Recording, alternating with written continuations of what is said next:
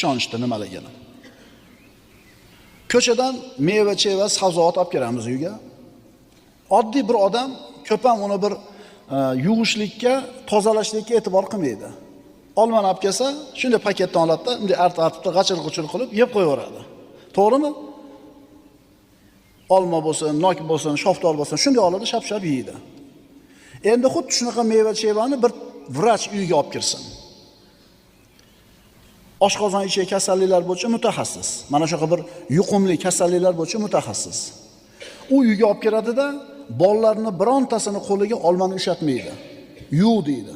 Yaxshilab yuv deydi. Nimaga birinchi odam shart olib yeyaveryapti? Ikkinchi odam yuvishlikka qattiq e'tibor beryapti.